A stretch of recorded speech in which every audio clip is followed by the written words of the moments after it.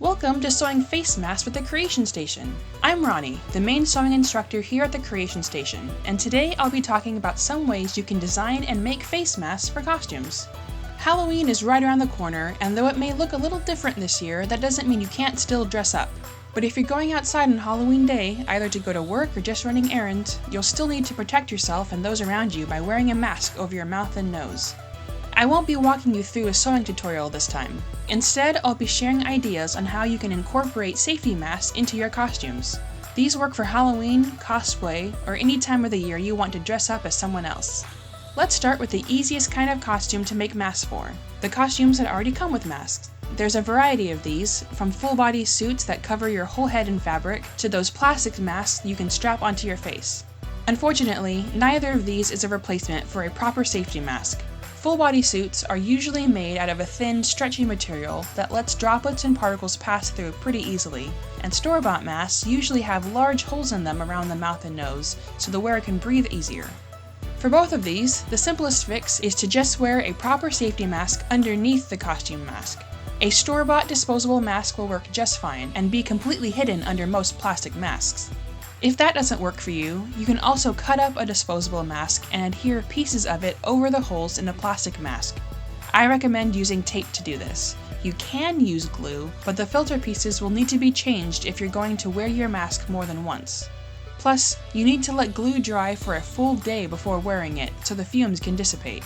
But what if your costume doesn't come with a mask, or you're like me and you're making your costume by hand? Let's go over a few ways to make a safety mask that's part of your costume. The quickest method is drawing on a store-bought disposable mask. Use fabric markers or any other non-toxic, non-scented ink. Do not use a Sharpie or any other strong-smelling permanent marker. You don't want to be breathing those fumes in. You can draw any design, and because these masks are disposable, you can have a few different masks as backup costumes. The only problem with this method is since you can't wash these masks, you can't wear them more than once either.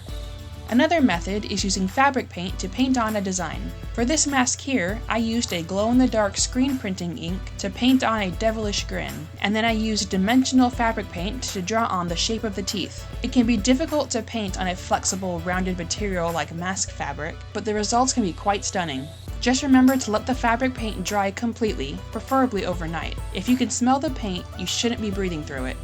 If you have a design that's too complicated to paint by hand, you can use photo fabric to print it out instead. This is a cool product you can get at most craft stores, which will let you use a home printer to print your design right onto a sheet of fabric.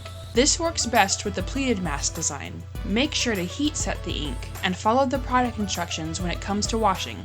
The final method of customizing a costume mask is to add embellishments and decorations to match the costume you're going to be wearing.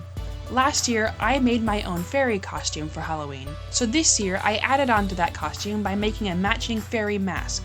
All of these beads and flowers were carefully hand-sewn into place onto just the top layer of fabric, leaving the bottom layer free so I can still use the filter pocket. Since sewing put a lot of holes into the fabric, I'm going to have to wear this with a disposable mask inside as a filter. You can also add embellishments onto a mask using fabric glue or iron-on adhesive. Just be sure to let the glue dry a full day before you try to wear your mask. I hope that helped give you some ideas for Halloween this year. Have you decided what you're going to be dressing up as and how you're going to incorporate a face mask into your costume? I'd love to see pictures of all of your Halloween masks. You can send pictures of any masks you've made over to the Creation Station Facebook page, and if you're interested, we might even feature your mask on our page. For next month's Sewing Face Masks with the Creation Station, I'll be talking about how to make see-through masks. I hope to see you then!